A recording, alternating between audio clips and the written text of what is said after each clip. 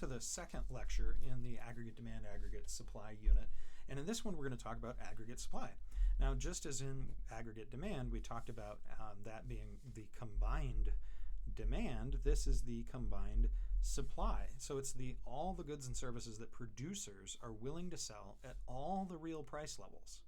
This is the supply for everything by everybody in the United States who produces things. Now, the shape of aggregate supply is going to be a little bit different in this one. We're going to have a short run aggregate supply curve, and we're going to have one that exists in the long run. So this is a good idea for us to quickly refresh what short run and long run mean. And I'll kind of explain it as we talk through the graph. So let's kind of start out, draw a little graph here.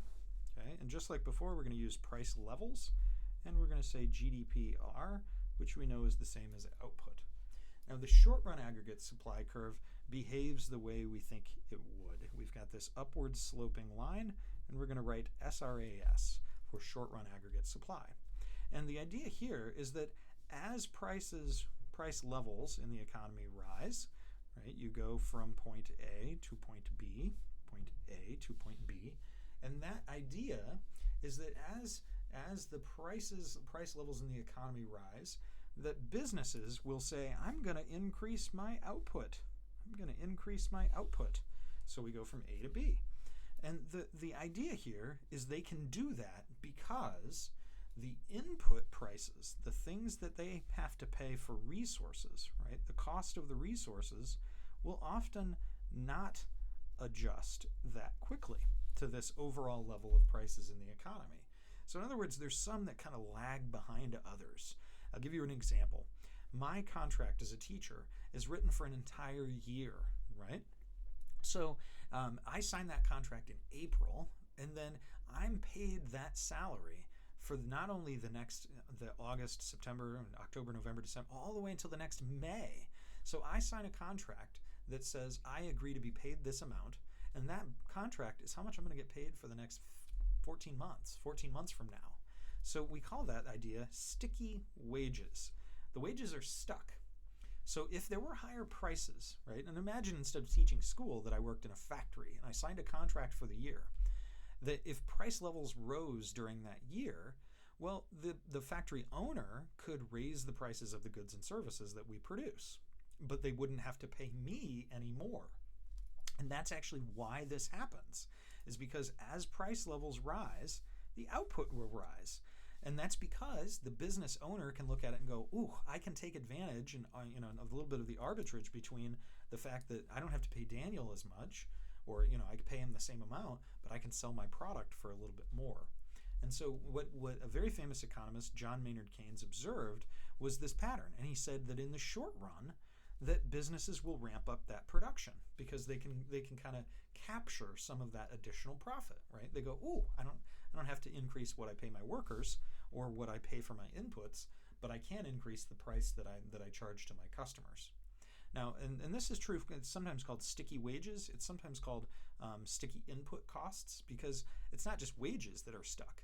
Usually a factory is going to sign a contract that'll say, hey, we agree to pay this fixed amount, right? If you're making bread, you would say we're going to pay a fixed amount for flour for the next 6 months. You deliver the flour, we'll pay you, and it's a fixed amount. And even if the price of bread rises in the whole economy, price levels are going up, that flour, that input resource stays the same, so it's kind of stuck. Now, in the long run, though, people renegotiate their wages. They go, boss, I need a higher raise. And the flour seller who sells flour to the bakery says, hey, you got to pay more for the flour, right? So in the long run, there's time for adjustment. So this is the difference between the short run versus the long run. And the idea is there's time to adjust to price levels, to changing price levels. And there's not time, right? Not that. And so we define the long run as you have time to adjust to these price levels. You have your workers coming and saying, I want a higher raise, a wage, and your input sellers say, I need more wages. Now, as these input prices rise and wages go up, output would go back to a long run level. And this is sometimes called the classical model, because for a very long time, economists said, you know what? The actual price level in the economy doesn't matter. That there's some fixed amount, right, amount of output. That this is like just the output, the equilibrium amount. And this is called the long-run aggregate supply. And what Keynes and some other economists observed in the 1930s and 40s is that there's this short-run window where things are kind of stuck, right, on the short run. But in the long run, they said, no, the classical model is probably right, that output will fall back to a long-run level. So in the short run, right, we'll be on this curve, but in the long run, we're always going to come back to this long-run output level. Now, this is going to be even maybe a little bit clearer when we combine these two curves with an aggregate demand curve, and that's coming up. But for right now, just know that the short-run aggregate supply curve goes up, and the LRAS is a vertical line. Now, one last thing before we start to talk about shifters. Okay? This output level, right, that output level is important. Right, if we said YE, so I'm putting exclamation point because that's important, that YE level is full employment. Full employment. What do we mean by that? Remember last unit when we said the natural rate of unemployment? That's what it means. It means we are operating at the full employment natural rate of unemployment. If we are below that, right, output is down here, right, at maybe something like point A, then we have unemployment, right? Unemployment. Unemployment is higher. If it's over here at this point B, we'd say unemployment is down compared to the full employment. So this would be like, 3% unemployment. And this would be like 10% unemployment. And this, if we were on that kind of short run and we were right here, would be just right. That would be like 5%. So we can kind of get a figure for how the economy is doing since this is output levels. I'm going to return to that idea later in this class. Now let's talk about shifting supply, aggregate supply. The nice way to think about it is something called IRAP, and I get that from Jacob Clifford. He's helpful in that way for little mnemonics. And just as a quick reminder, a shifter, right? The IRAP, this stands for the 4 shifters. These shifters will shift generally the short-run aggregate supply curve. We're always just going to shift the short-run curve. We're not going to move that long-run curve around very much. We'll talk about some special circumstances where that might be useful to think about, but in most of the questions we deal with, we're moving short-run.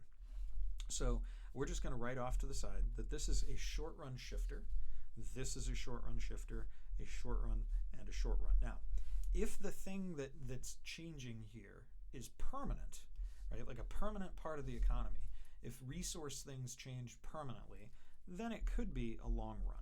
And likewise, if the government action is permanent that affected producers here, that could be a long run shifter.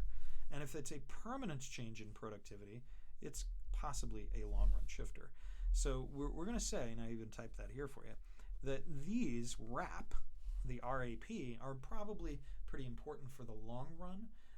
The inflationary expectations is only going to be in the short run, because in the long run we wouldn't have those kinds of expectations. Now, let's talk about what these 4 shifters actually mean, since these are new to us. This is the idea, inflationary expectations, that households would say, or businesses would say, I think price levels are going up. So if households think, right, or expect, we could use the word expect, increased price levels, then households demand an increased wage. Okay?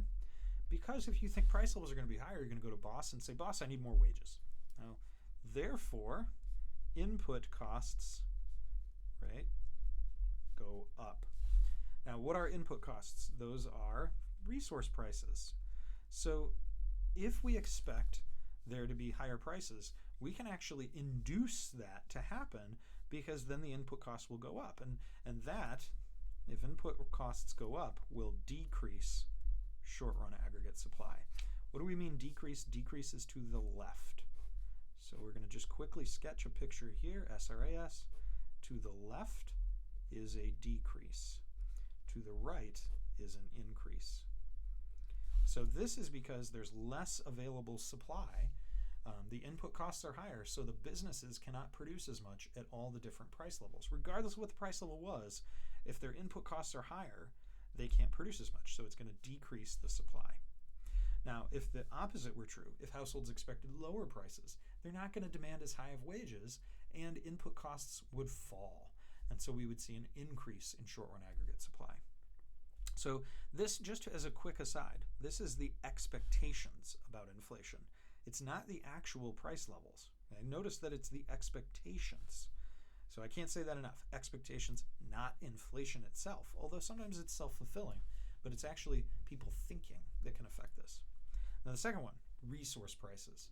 This is the idea that if there's anything that actually does change the input costs, right? So input costs, that will change aggregate supply. So if input costs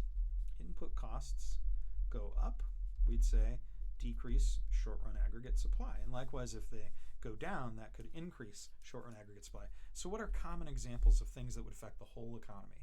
Well, we'd say oil prices are a huge one. The price of oil has an indirect effect on everything else in the economy, right? It affects the price of getting all kinds of goods and services to market. And so if you buy things, if you're a bakery and you buy flour, the flour probably is loaded on a truck that's fueled with oil. So oil prices are a big one. Another one is union membership rates. And this is the idea that, hey, if you have lots of unions in your country, right, union membership, that's going to drive up wages. Well, what will happen if wages go up? Well, that's an input cost. And wages going up, input costs go up, decrease short-run aggregate supply. So thinking about this idea, it's helpful to remember wages are an input. So anything that affects wages are inputs. That's maybe useful to write. Wages are most common inputs. They're actually the most commonly missed input questions, because students will read, oh, wages go up, so then consumption spending. What they're usually looking for you to do is make the connection between wages being an input cost here and affecting resource prices. Now third, actions that affect producers by the government. This would be any kind of regulations. So if there's more environmental regulations and things like that, it's going to increase the cost of production. It's going to make it more costly. Regulations go up, therefore costs rise to produce things, and so we'd say that short-run aggregate supply goes down. And likewise, if you were to cut regulations, right, if you were to say, forget about that climate change, it's no big deal, you could actually increase short-run aggregate supply and boost short-run aggregate supply that way. So that's something to kind of think about here. And again, if it's a long-run change, permanent change, then you could permanently increase or decrease aggregate supply, and that could actually affect the LRAS curve. Now this one is the most common one that's going to actually affect the long run. It's productivity. This is the idea that if there's new technology or new capital equipment that somehow makes us more productive. Basically, if we're more productive, if productivity goes up, we'd say short-run aggregate supply can increase because you can produce more with the same amount of resources. So how do we get new technology? Well, we have like research and development, right? That's important. And research and development budgets, and when the government subsidizes science and things like that, that's really important because that can affect productivity and that can increase aggregate supply. New capital equipment. Well, how do we get new capital equipment? Investment spending, right? So here's an interesting link, and we're going to explore this more in detail, that if you have more investment, if investment increases, you get more capital equipment. If that leads to an increase in productivity, it increases short-run aggregate supply. And if that's permanent, then long-run aggregate supply can increase. And that is what we call growth, economic growth. Pretty big deal, actually, making people's lives better, economic growth. That's what we mean when we say the LRAS has increased. And that actually, we're not going to draw it usually. It would be a rightward shift, right? It would be a shift to the right, and you'd get a new LRAS, and you'd have more output, more real output. What an exciting thing that would be. That's what we really, really want. Okay? All right, so hopefully you've taken some good notes. I'll see you next time.